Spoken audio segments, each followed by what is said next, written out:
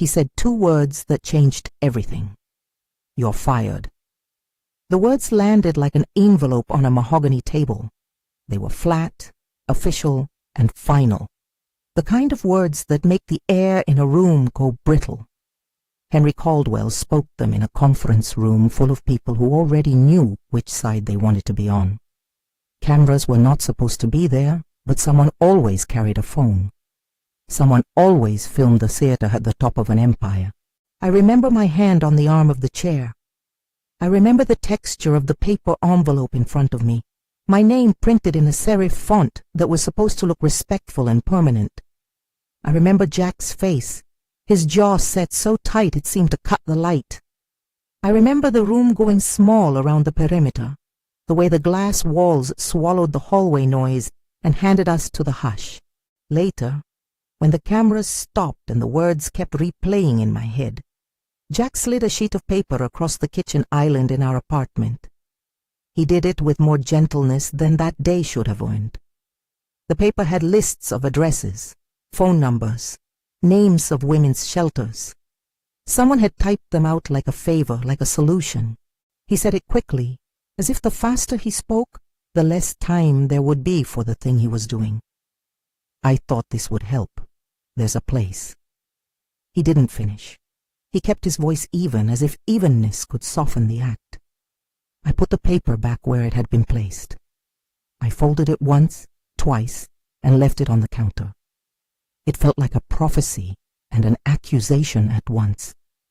He had given me a way out, but the way out was also a verdict, that I was not safe in what we had built together. If you're here for stories of reinvention and women who reclaim their power, subscribe. I say that as plainly as I can, because I want anyone who's felt small in a room full of men to know there is a path from that smallness to a different kind of authority. Mine was less about spectacle and more about paperwork, patience, and an unwillingness to equate humiliation with fate. How it began is both simpler and harder than you might expect. I met Jack at a cybersecurity conference in Boston. I was speaking about applied identity protocols, the kind of dry, nerdy subject where you either bore people or you clear the room of posturing nonsense. Jack had a way of listening like a person who was looking for the thing behind the slide deck, the ethical architecture, not the applause. He introduced himself afterward, joking that he only asked to stay in the conversation because he needed someone to explain the third slide. We traded the kind of professional certainty that turns into a shared language, ideas, white papers, a barista memorizing our orders.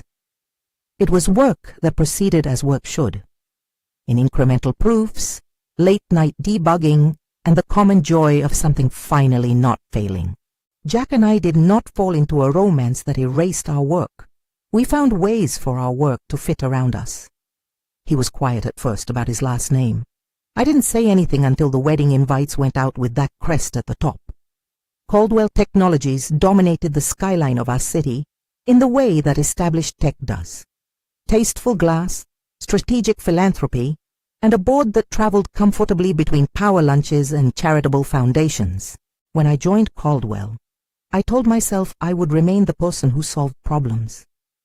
I believed that competence, evidence, and measurable outcomes would be the currency that protected me.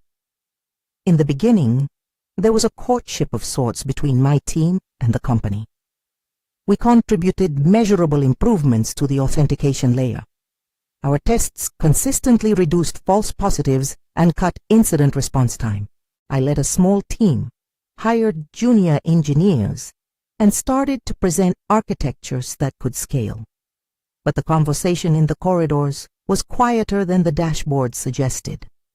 At meetings, my suggestions were sometimes paraphrased and then credited to someone else. Male colleagues introduced my ideas back to me as if they were new. At board dinners, people asked how I balanced work with domestic life in a tone that assumed an answer. The microaggressions accumulated like dust, thin layers that dulled the edges of my authority. It was never one catastrophic moment. It was a series of small things arranged to make me feel dispensable. I learned to recognize containment strategies. They are not loud. They are the assignment of tasks that are visible but not promotable, projects that are safe and unlikely to upset a status quo. You are given the checkbox work. You are made into a checkbox. The cleverness is that the checkbox has prestige enough for the optics of diversity, but not enough power to change the architecture. I should have left then. Maybe I would have had less bruising. But there was one stubborn truth I could not ignore. I was building something the company needed. I saw dependencies that others did not name. I could map the places where Caldwell's systems relied on trust models that were brittle because of convenience. I began to design a protocol in the margins, not because ambition consumed me, but because I wanted to make the system safer. There is a difference. One is about ego, the other is about duty. I started the Sentinel protocol quietly. It did not begin as a manifesto. It began as a problem that kept waking me up. How do we keep identities secure when the systems that authenticate them assume people will always act as designed? How do we make a layer that understands both human error and malevolent intent without becoming oppressive? The answers were incremental. A rule here, a proof of concept there, a set of cryptographic assertions that seemed to speak in more complex ways than our current implementations. I worked at night. I did not mention it in meetings. I filed the early drafts under a folder labeled with my initials and the date. I used my maiden name for the patent applications when the work reached a solidity that deserved protection. I incorporated a Delaware LLC, Monroe Security Solutions, to give the IP a home separate from my employment. It was careful, unromantic work. Legal forms, patent attorneys, who ask the kind of questions that force you to define the boundary between invention and iteration, and bank paperwork that made you realize how much the world runs on signatures. There is a particular pleasure in filing a patent that is hard to describe. It is not the ego of ownership. It is the satisfaction of framing thought so crisply that courts, contract lawyers, and judges can see its outline. The patent process demands that you narrate your invention with a kind of clarity that makes it defensible. When I used Monroe on the documents, it was not an act of defiance. It was a calculation. In an ecosystem where names and titles could be reshuffled to suit a boardroom narrative, I wanted at least one record that showed who had designed that architecture. I did not hide the work from everyone. Clara, a colleague from grad school with a surgical mind for systems, started joining me in late-night sessions. We wrote proofs. We wrote tests. Sometimes we ordered food at 3 in the morning and worked until the city cleared out. Clara brought a perspective that balanced my architectural instinct with practical deployment, and we became a small, precise team. Still, I kept the project lightweight in my day files.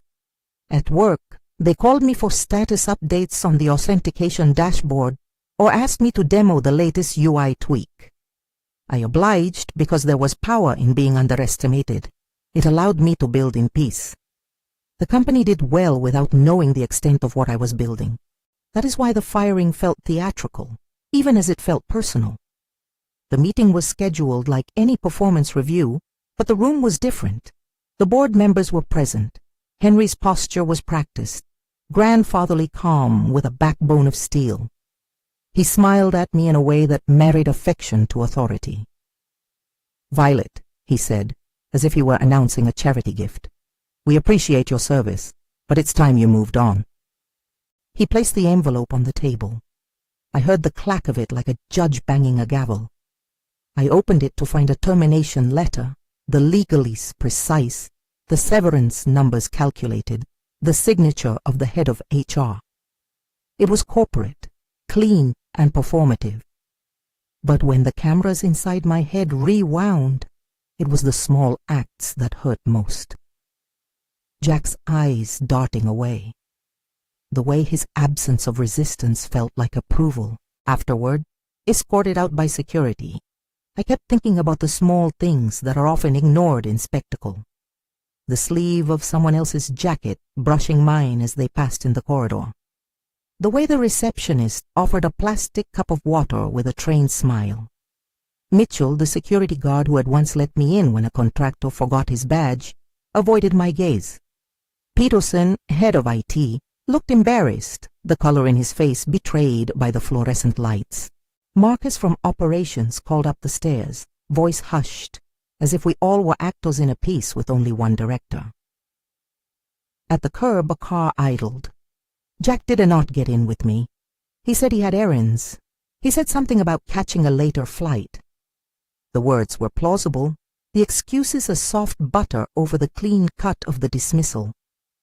I left the building with an envelope in my bag and a city beneath my feet that felt smaller than when I had entered it. That night was raw. We argued in the kitchen at home until words became stones. Jack's voice was steady and closed unto itself. He read me the list of shelters like it was a to-do.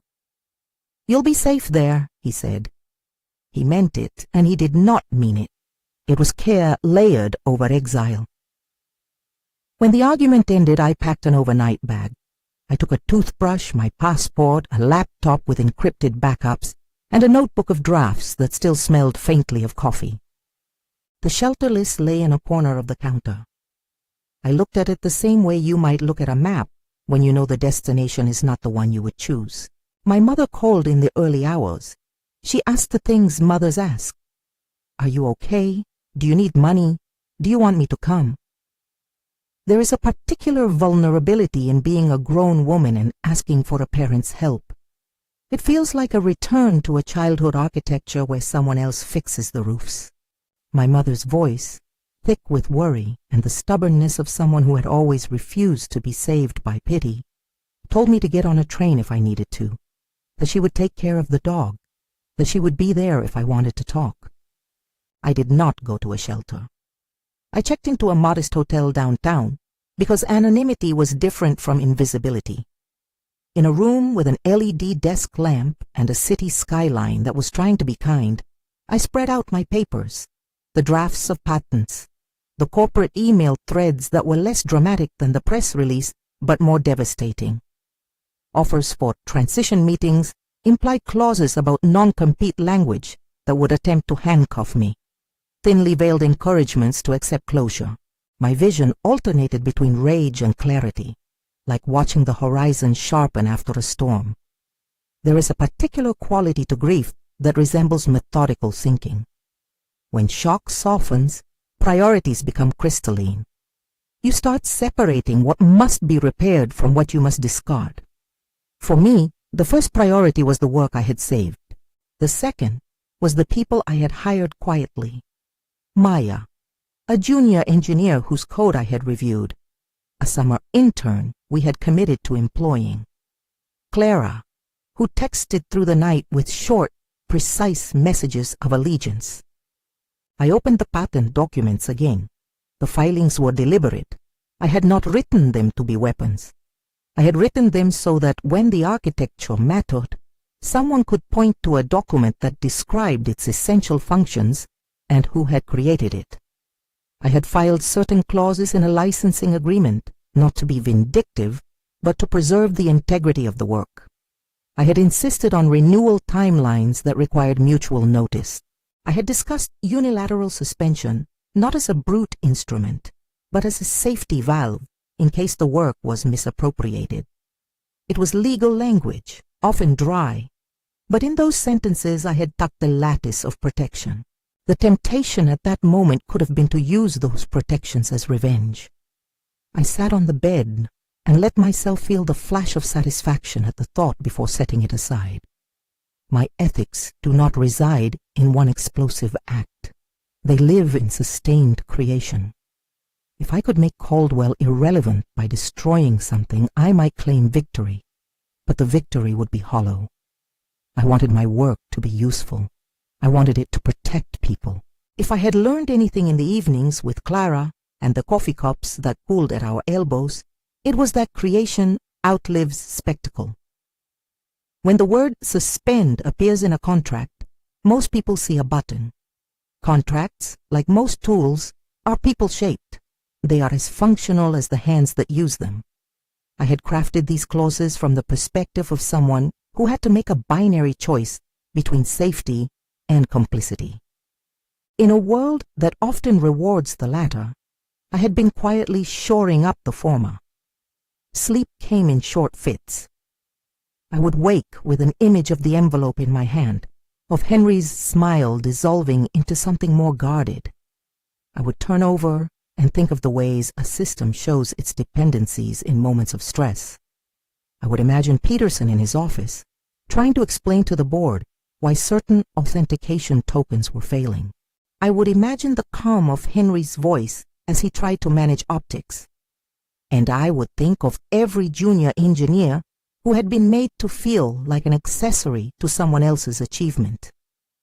In the days that followed, the company produced a press release that used careful corporate diction. It spoke of mutual respect and the best of wishes. It thanked me for my contributions in a paragraph that read like a footnote. Henry sent a private message that balanced apology and authority. Jack called to say he was sorry in a way that implied that the apology was for the hurt, not the act. There is an economy to apologies in families that are entangled with power. Sometimes saying the words is enough to stop the bleeding, especially if the bleeding is not to the bone. Offers began to appear like tides. Recruiters, previously non-committal, expressed urgency.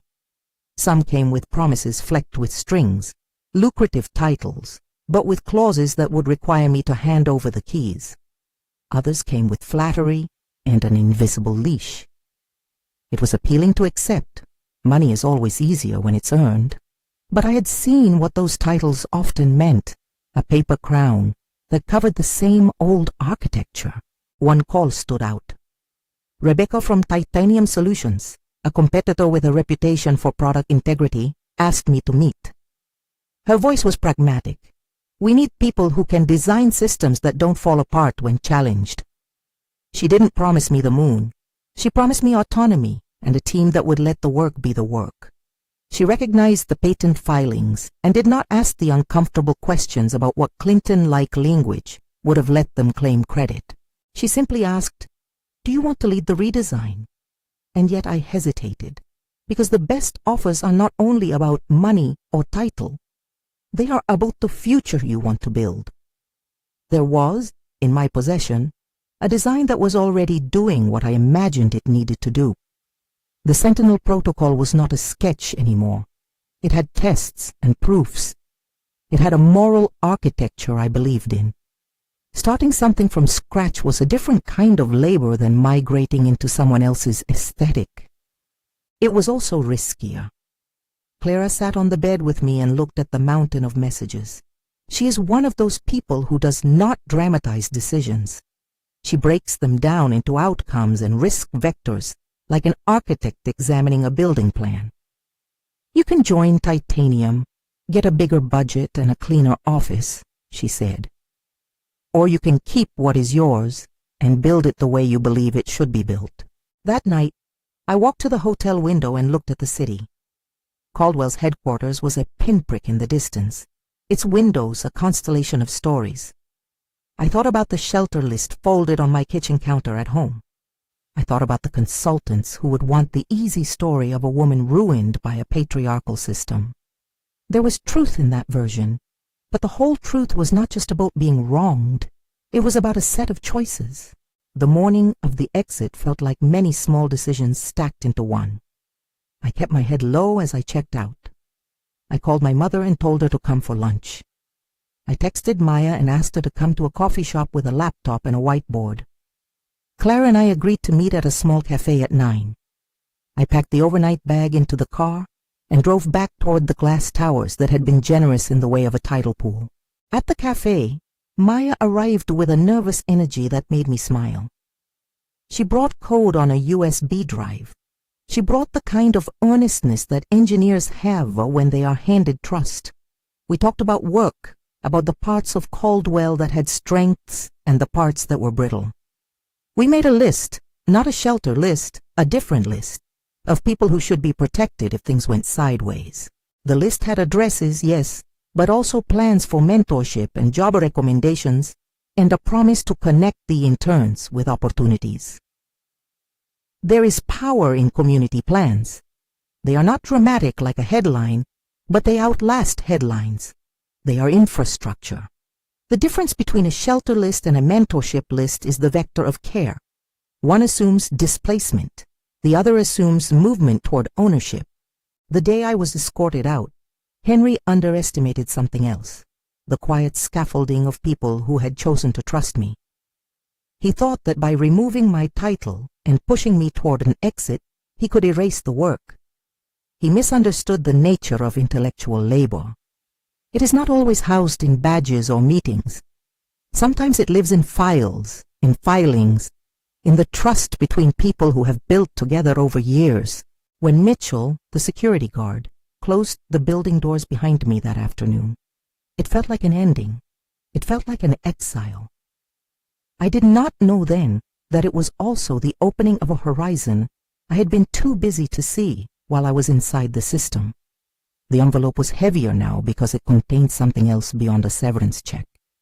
It contained a list of ideas I had written into formal language and a set of people who believed in them. That evening at the hotel, I made the first practical decision. Keep the papers organized, get counsel who understood technology and nuance, and never sign anything that traded away the control of my designs. It was not a dramatic plan. It was a methodical one, the kind of plan that fits into calendars and budgets. There was anger, a low, steady furnace, but it was directed. It was not about fireworks. It was about placing each token of my work where it could continue to breathe. I wrote an email that night to Clara. It was short. We need to talk about Monroe. Call when you can.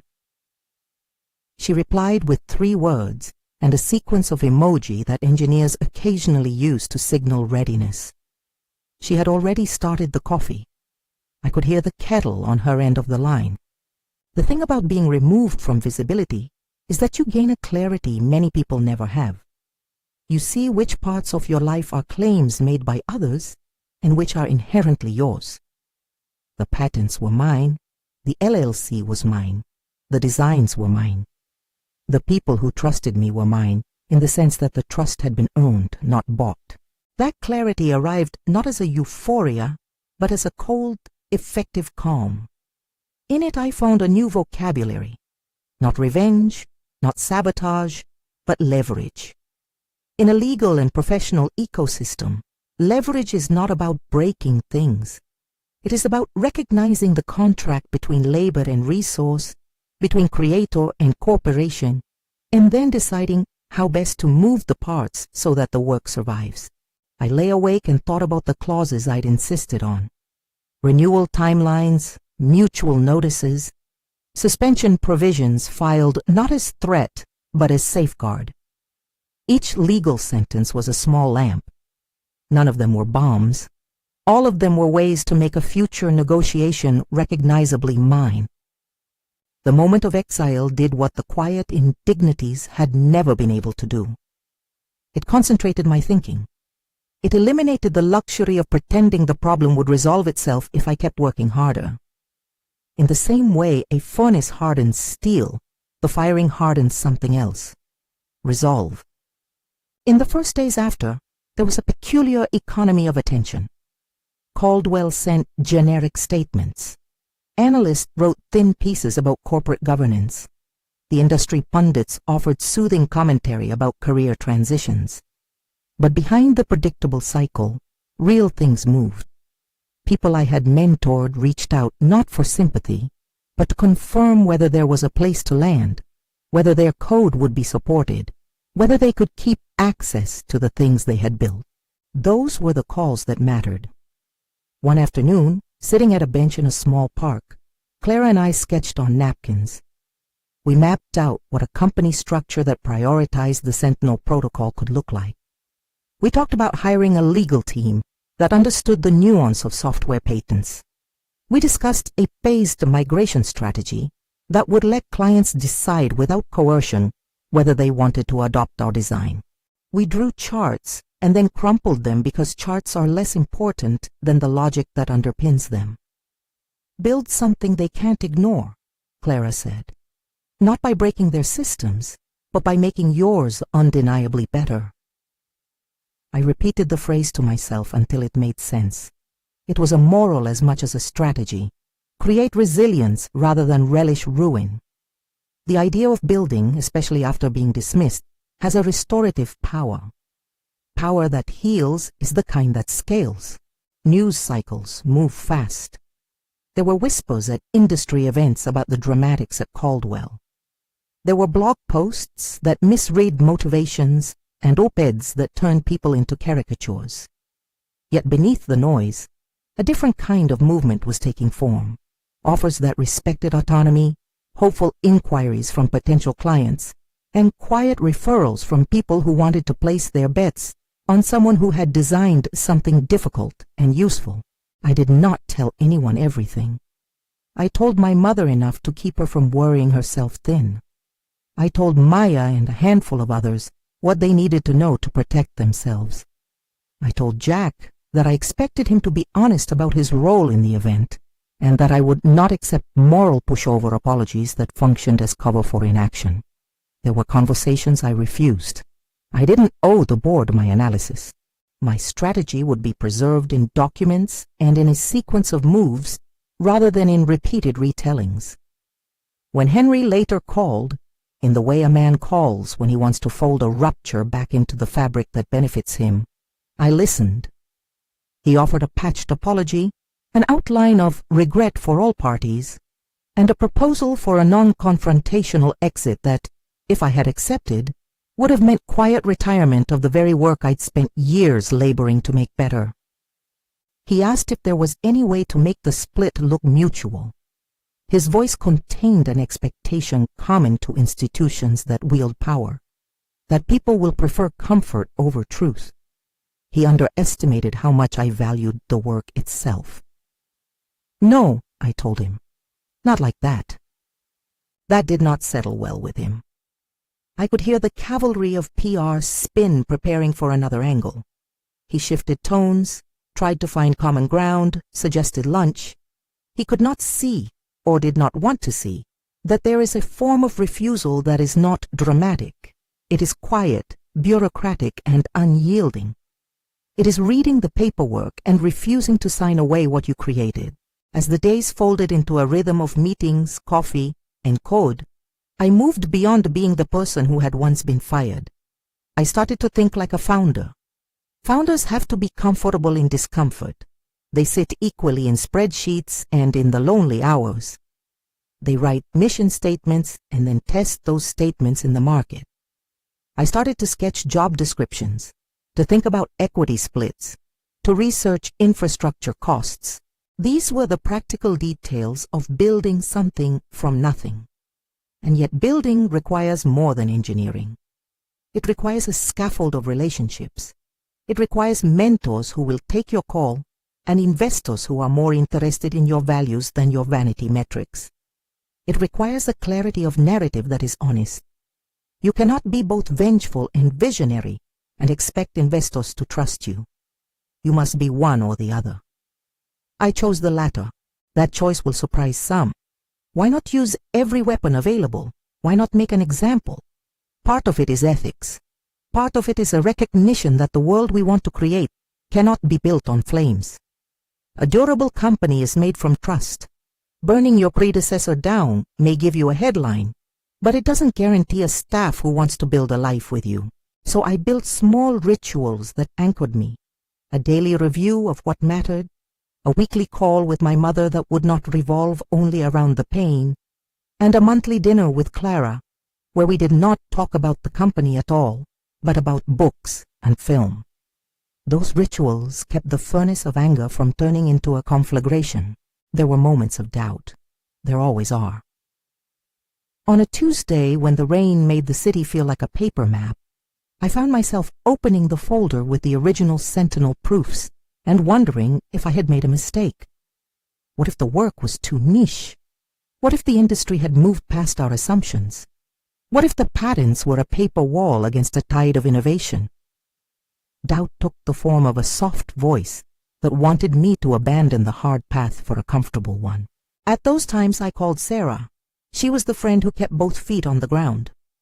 "They can fire you today," she said, "but they can't unmake the years you spent thinking." She had the rare skill of translating moral endurance into tactical steps. She asked not for drama, but for lists. Who could be onboarded quickly? Who had transferable talent? Which clients might be sympathetic? The earliest days of exile are both dangerous and fertile. They can lead to retreat or to reorganized life. I felt both pull and push.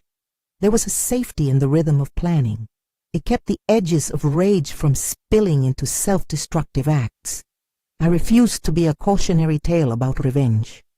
I wanted instead to be a manual about rebuilding, how to extract dignity from dismissal, how to turn humiliation into a design brief. I do not tell the story to glorify endurance. Endurance is not always noble. Sometimes walking away is necessary. But in my case, staying intellectually alive meant creating an architecture that would outlast the moment. It meant turning the shelter list into something better than a place to sleep, a network of opportunity. When I finally took stock, months after the firing, the city felt less like a hall of mirrors and more like a field. There were still shadows of that day. The press clips, the messages from people who wanted me to be their cautionary exemplar. But there was also fertile ground. The work called. It had an integrity that did not need the Caldwell stamp to be meaningful. I stopped waiting for permission. I stopped listening to the idea that acceptance by the center is the only route to legitimacy.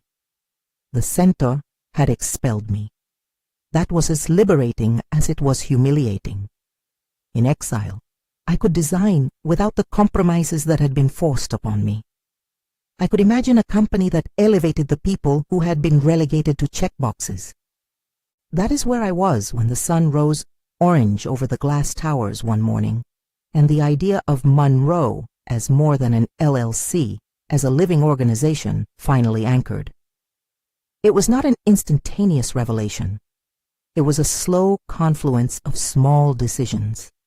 Keeping the patents active, securing counsel, and securing a few loyal engineers who would not abandon the work in the face of adversity. The moment where clarity hardened into plan would come. But first there were details to set, legal letters to review, conversations to have with potential early clients, and a clear model for how to maintain ethical governance while scaling. It felt like being given a second chance with a blueprint that had been annotated by loss. That night, as I closed my laptop and leaned back, I thought of the shelter list in the drawer at home. I thought of the many ways people respond to being dismissed. There is fire and there is making. I had seen both.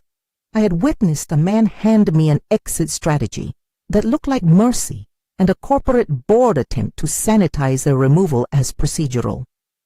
But I had also seen the architecture of my own thinking take shape in the quiet hours, and that architecture was patient, durable, and expansive. I slept with a sense that the next moves would not be explosive, but consequential. I would not make a scene. I would make a company. I would focus on the people who had trusted me and on the clients who would value the work for what it did, not for the name on an executive letterhead. It was less dramatic. It was harder. It was precisely the kind of thing that might last. In the morning I called Clara.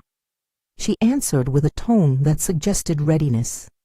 "We have a list," she said. "We have people. We need to set meetings." I took a breath, the kind you take before you begin to climb. The path ahead was unlit in many places, but the outline was clear. The fury that had flared the night of the firing had cooled into focus. That focus was a kind of mercy. It allowed me to see the work I had done, not as something I had to defend, but as something I could shepherd into being. And so I began. I began with a list and a calendar. Not the shelter list, another one. A list of tasks small enough to be executed in sequence. Counsel to call, deadlines to preserve, people to protect, meetings to schedule. The calendar was a tool I used like a compass. It made days into compartments, which kept the effort manageable and the heat of emotion from combusting into something rash. Clara leaned over the same map of possibilities I had carried since the hotel. We worked in stages. Stage 1, secure the IP and the LLC's standing. Make sure renewals and filings could not be scooped by procedural sleight of hand. Stage 2, assemble a legal and operations team that understood both software nuance and corporate litigation culture. Stage 3, let the market show that the Sentinel Protocol was not merely theoretical, it was operationally preferable. Our first calls were clinical. The patent lawyer I hired had a voice that belonged to someone who spent his life translating invention into civil language. He read clauses and margins like someone reading a map for hazards. We'll file an immediate memorandum of rights, he said, and we'll issue a preservation notice. That can buy time. He did not promise miracles. He offered process. I accepted process because it respected the work. There is a peculiar humility to administrative motions. They are not cinematic. They do not make for glossy headlines. But they are precise, and precision is what I needed.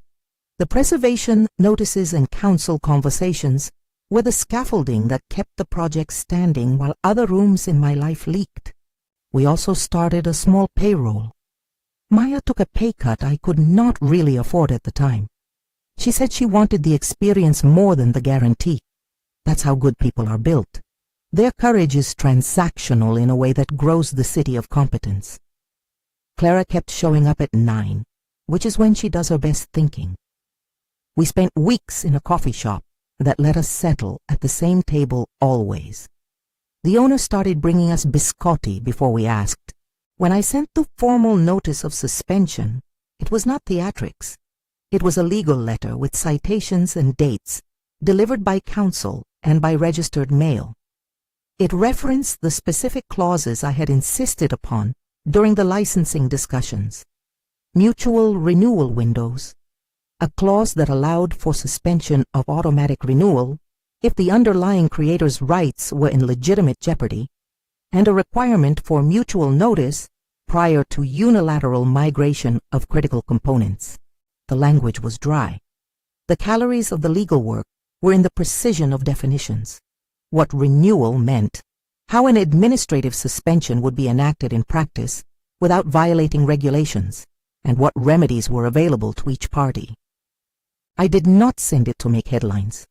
I sent it because the timelines I had written into those contracts were a safety valve intended for just this kind of misappropriation risk. The documents had been created not for battle but for stewardship. When company counsel at Caldwell read the notice, the room they convened resembled any other emergency meeting. Hastily ordered coffee, a whiteboard with bullet points, a PR script someone tried and rejected. The first reaction was disbelief.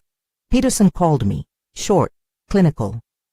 "Violet, are you trying to—" He didn't finish the question.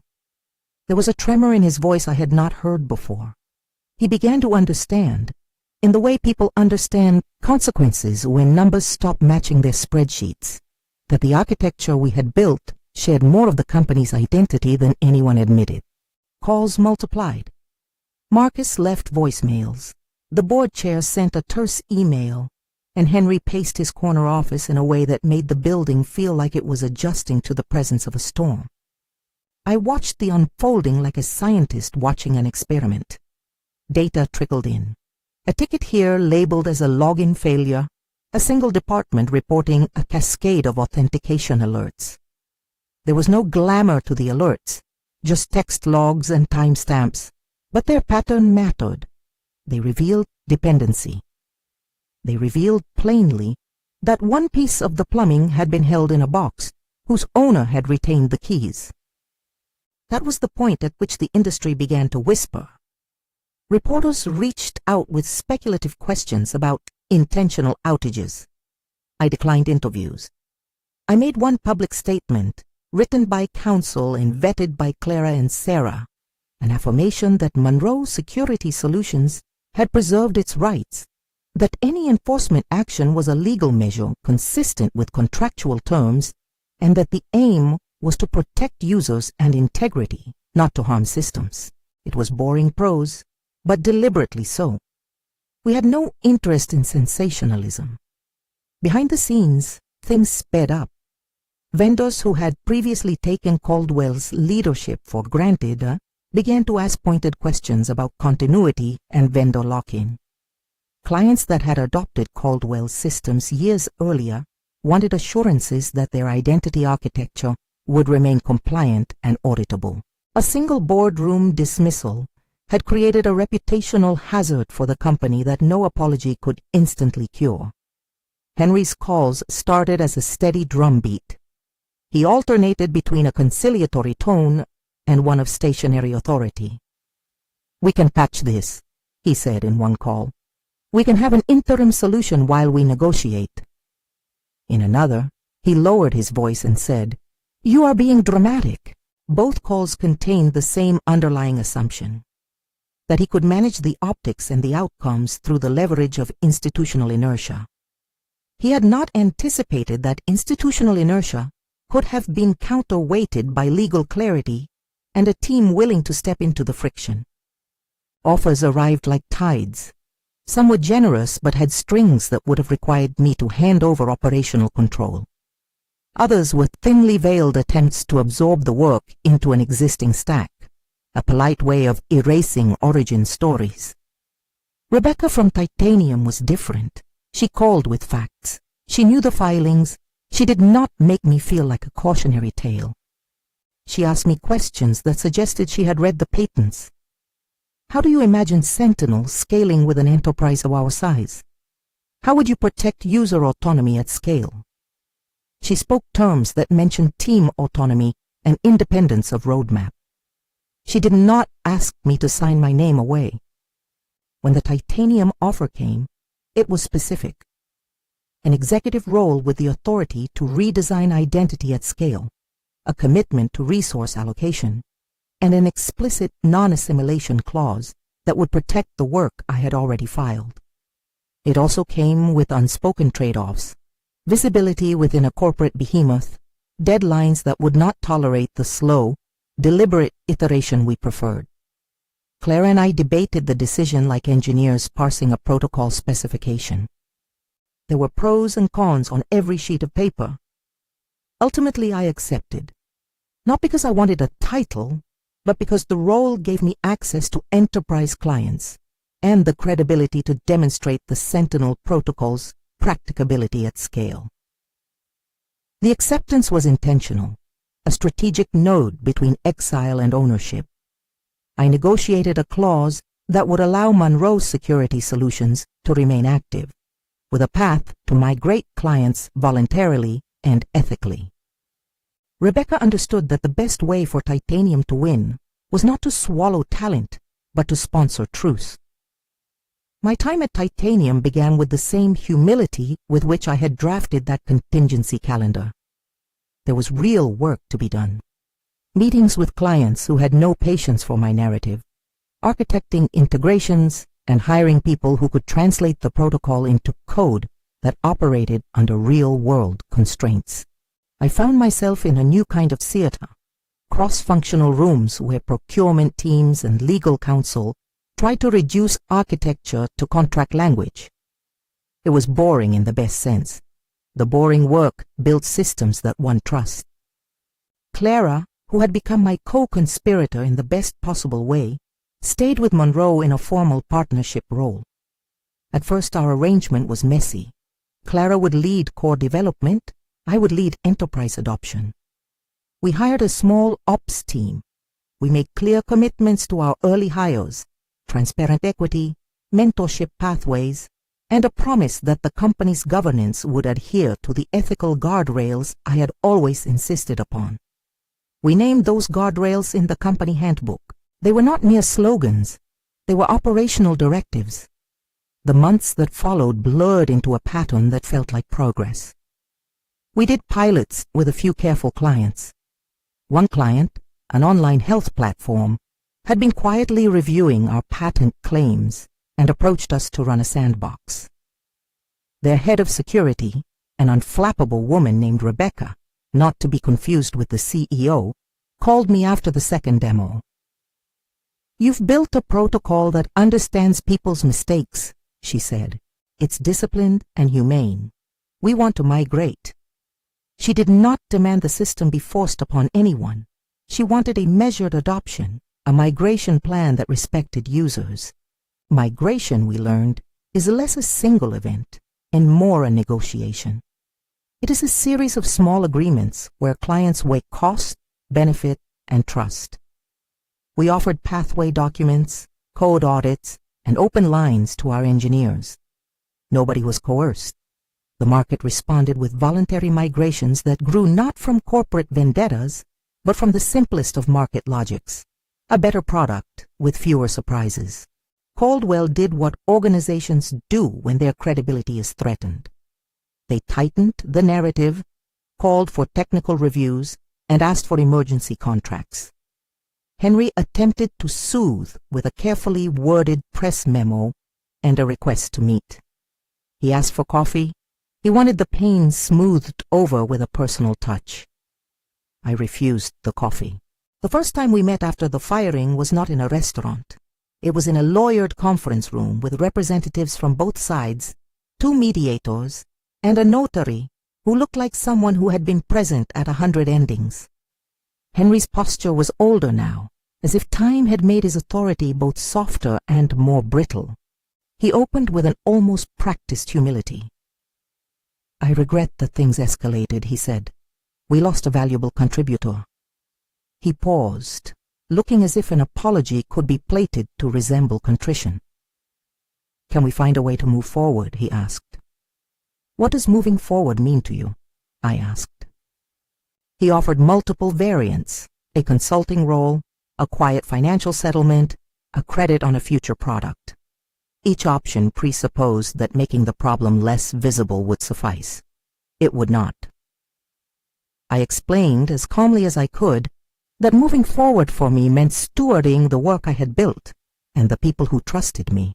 It meant autonomy, governance that prevented the repetition of the containment strategies that had killed opportunity for so many engineers, and an explicit acknowledgement that mere words wouldn't unmake the architecture that had been tied to my name. This did not satisfy him.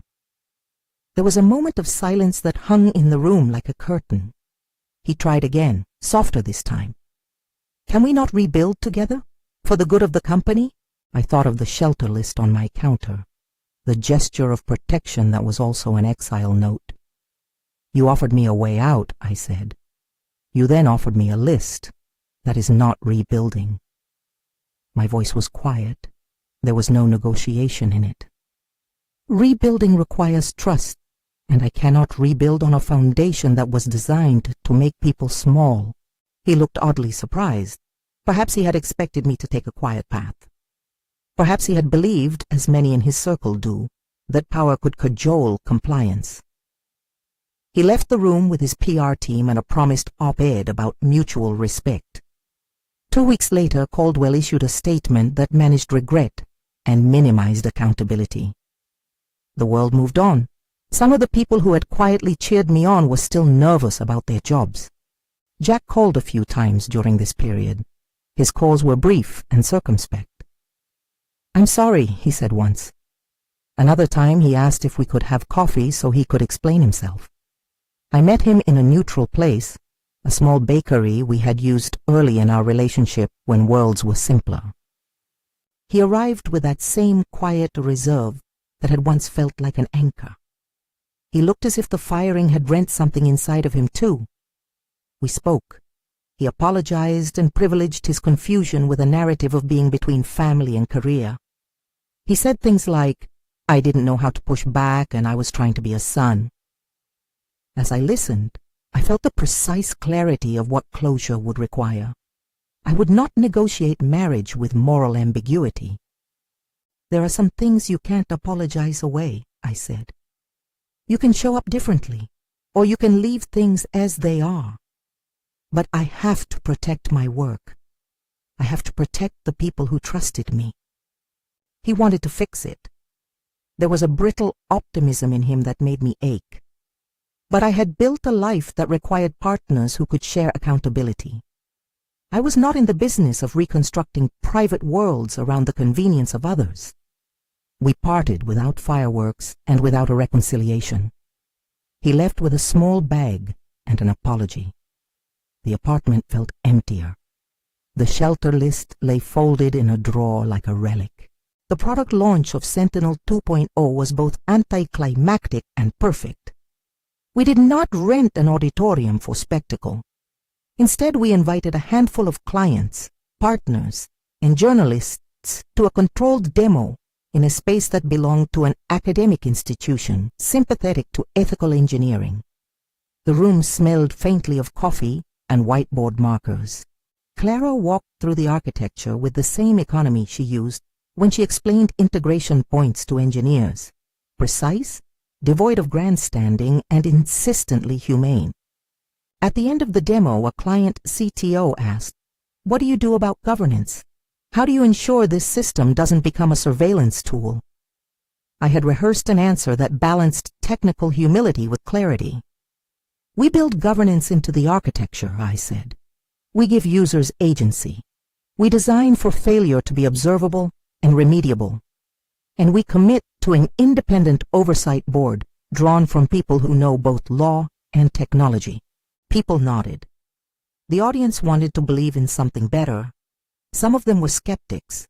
Others were quietly relieved that someone had made the effort to think ethically about identity infrastructure. The product began to find traction because it offered a set of trade-offs that previous implementations had avoided confronting. Clients migrated in stages. Some moved simply because they had been burned by unexpected outages and wanted a safer approach. Others came because their boards got nervous when the press asked hard questions about their vendor dependencies. The migrations were negotiated, voluntary, and accompanied by audits. We never forced a hand. We offered a path that respected users' data and autonomy. Monroe's security solutions grew slowly in those early years, intentionally so. We hired people who had been marginalized at other firms. We built a mentorship program that connected junior engineers to senior product managers and left room for mistakes without punishment. The Monroe Fellowship was born partly out of guilt and partly out of a principled strategy. Create a pipeline that made it harder for companies to outsource diversity to optics and easier to invest in durable talent. The fellowship provided stipends, mentorship, and the sort of hands-on architectural training that had been available to me only through accident and proximity. I remember the day we hired Maya full-time. She had been an intern when I first encountered her. Now she was our head of reliability. She cried in the conference room when we offered her the role. "I don't want to be a checkbox," she said. "I want to build." We all cried a little, or at least felt the tightness in the throat that meant something modest and human had been recognized. Caldwell's public posture never entirely matched the private scramble their lawyers and consultants conducted.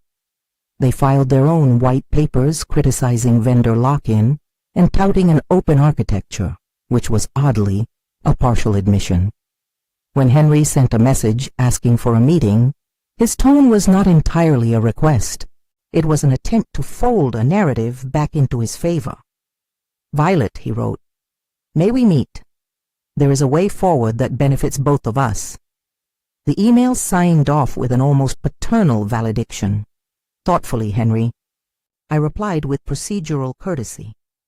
I wrote that I would consider meeting with representatives if it served a concrete governance purpose that allowed the work to function according to the ethical principles I had codified.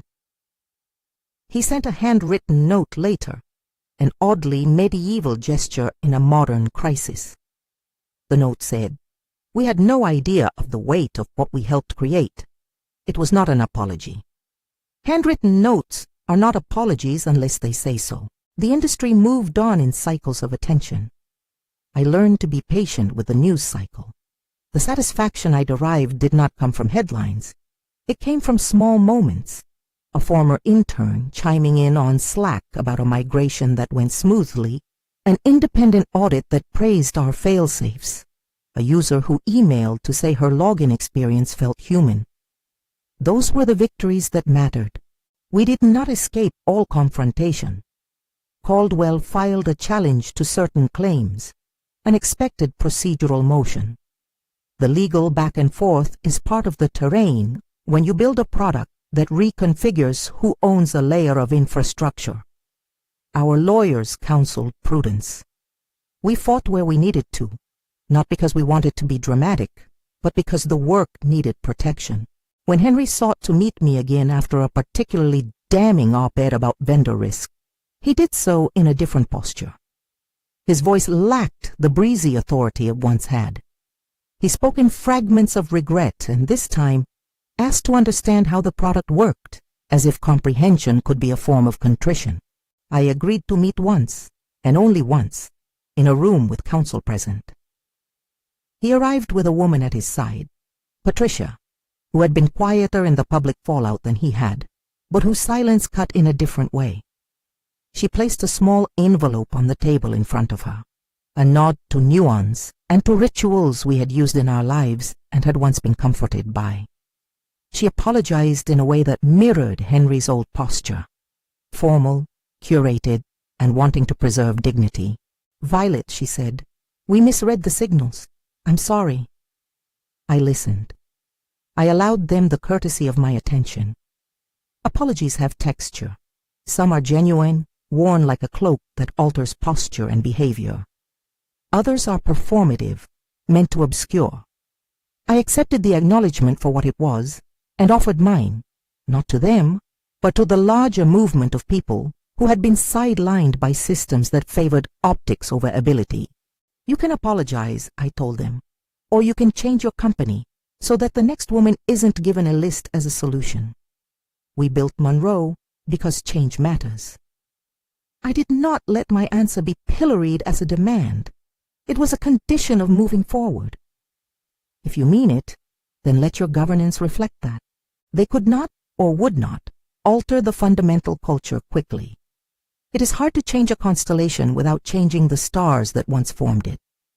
They promised structural reforms, committees, and the odd external audit. Those were not bad things, but they did not erase the scaffolding of behaviors that had led to the firing in the first place. The months turned into years. Monroe matured from a small, urgent team into an organization with departments, governance protocols, and a founding ethos. We wrote our own handbook, clear lines on intellectual property, transparent promotion ladders, and explicit policies to root out the containment strategies I had once suffered. We published a white paper on ethical identity design that, to our quiet delight, was adopted by several universities and a handful of NGOs. The Monroe Fellowship expanded into a formal program, offering scholarships, paid internships, and leadership tracks. Some fellows later became full-time employees. Others went on to senior roles at companies that had once ignored them. The fellowship was modest in resources but ambitious in design, to ensure that being visible in a room did not mean being excluded from its decision-making. My mother, who had always been my moral compass, watched the company grow with a strange proprietary pride. She called on birthdays to remind me to rest, to eat, to be kind to myself. She attended one of our early board dinners, quiet with a sensible sweater, and spoke to a woman named Maya as if she were speaking to a friend. "You must sleep," she told her. And that moment, personal, domestic, and oddly ordinary, felt like a tether to the life I wanted to preserve. There were quiet humiliations along the way, and their sting did not vanish with our market success. Henry's partial apologies were not a balm. Jack's attempts to re-enter my life never went beyond small gestures. We lived separated by a geography of choices. I did not vilify him in public. I simply refused to reconstruct an intimacy that had once been conditional on my erasure. Then came the day I had long hoped for, but had refused to fetishize. multiple clients running the Sentinel protocol at scale, a tech magazine that did not reduce my story to melodrama, but wrote about technical governance, and a series of engineering awards that felt strangely bureaucratic for something I had once kept quiet on late-night coding sprints. The recognition was not why we had done the work. It was confirmation that creation could outlast spectacle. At our second anniversary celebration, a simple event held in an industrial chic space that smelled faintly of citrus and old books, Clara gave a short speech. She spoke of nights when the only thing keeping her awake was a whiteboard and a stubborn belief that the world deserved better systems. She spoke of Maya and Sarah and the fellows who had become the backbone of our operations. "We did not build a revenge machine," she said. "We built a shelter against being ignored." Henry reached out again that year with a different tone. He had joined a philanthropic initiative that, oddly, overlapped with our fellowship. The invitation to partner on a small, community-focused grant came with a note from Patricia that seemed sincere. I agreed to a limited collaboration, an anonymized grant that supported a cohort in our fellowship, but only with strict governance. We wanted funds for fellows, not a public relations photo op. The meeting that authorized the grant was instructive. Henry spoke of lessons learned. He sounded like a man who had read the reports and felt the credibility gap as a physical thing. He did not ask for a reconciliation. He asked for a partnership. We accepted on terms that protected our autonomy and gave us direct line oversight on recipient selection and use of funds. It felt like a small, cautious step toward healing. A step that didn't erase the past, but made a path for others. I did not take the handshake as absolution. I took it as practical cooperation. My work with titanium had given me the resources and credibility to keep Monroe independent while still being a force in the market. Eventually, fundraising brought new investors who believed in our mission. We structured the cap table transparently with clear terms for governance and founder protections. We insisted on a charter that protected the company's mission from being subsumed by venture fever. Building Monroe demanded less drama and more discipline. It required creating systems that mimicked the ethics we championed. Transparent performance reviews, rigorous audits, and a board that included independent voices, artists, ethicists, and technologists, not just financiers. We wanted to model an organization that could be generous without sacrificing rigor.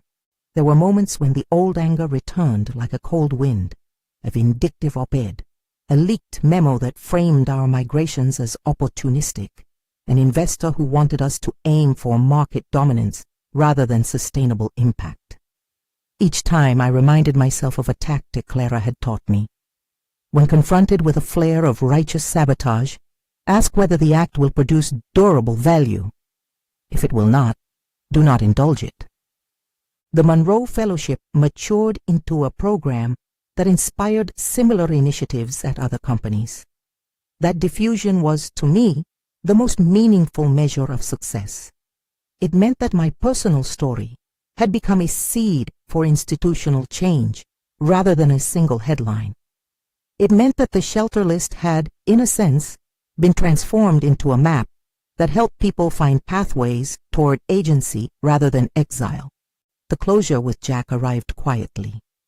He came to a meeting with a small bouquet of flowers. He wanted to talk about a shared memory, an old photograph, an apology that tried to be more than words. I listened, and we spoke honestly about accountability and the impossibility of recovering what had been broken without mutual transformation. There was love in the past tense. There was no resentful drama.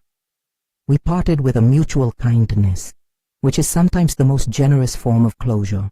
Henry's last attempt at reconciliation took a different form.